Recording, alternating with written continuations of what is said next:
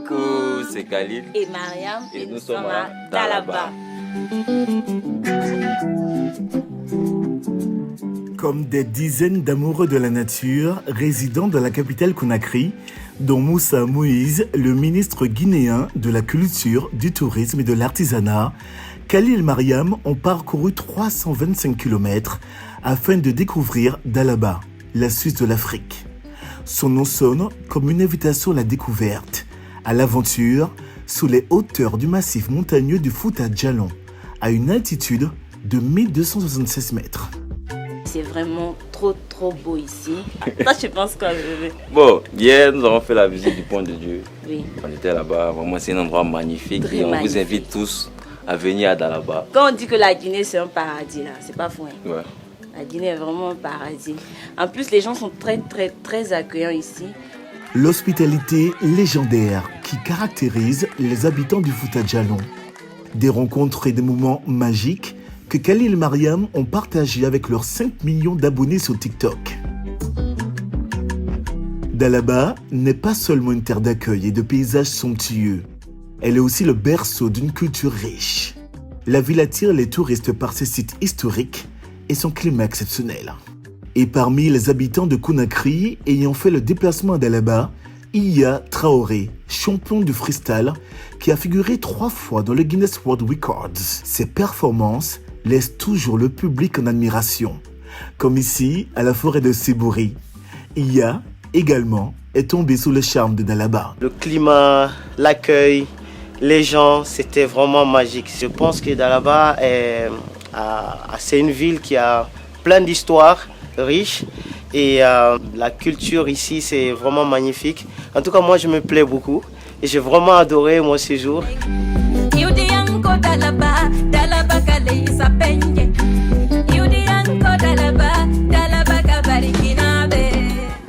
Autre visiteur, l'artiste Tiké.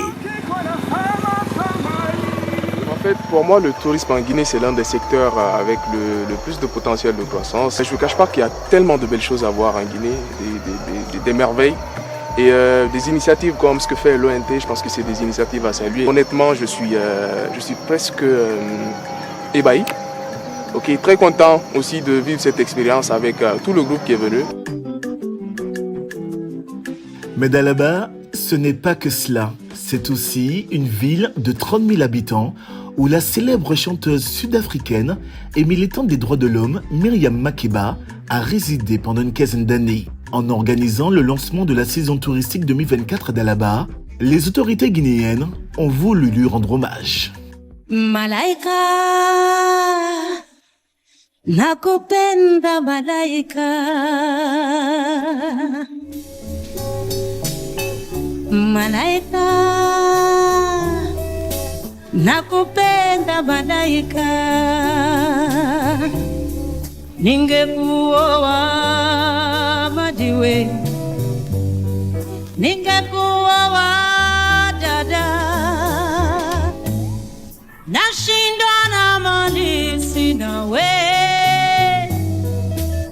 Myriam Makeba est une icône, pas seulement sud-africaine, pas guinéenne, mais une icône africaine qui a laissé un fort héritage ici, qui faisait partie de la communauté et qui a été une citoyenne d'honneur de Dalaba.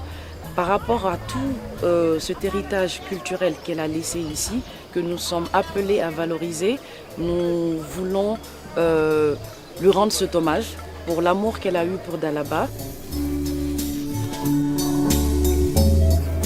Tourisme vert, tourisme mémoriel, tourisme culinaire ou encore artisanal.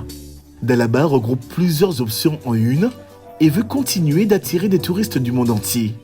Une clientèle encore timide sur le continent. En effet, l'Afrique ne représente que 3 à 5% du tourisme mondial. Mais il est l'un des marchés les plus prometteurs. Et ce qui est sûr, c'est que la Guinée veut tirer son épingle du jeu. Ce pays d'Afrique de l'Ouest ambitionne de se hisser parmi les 5 principales destinations pour l'écotourisme en Afrique de l'Ouest.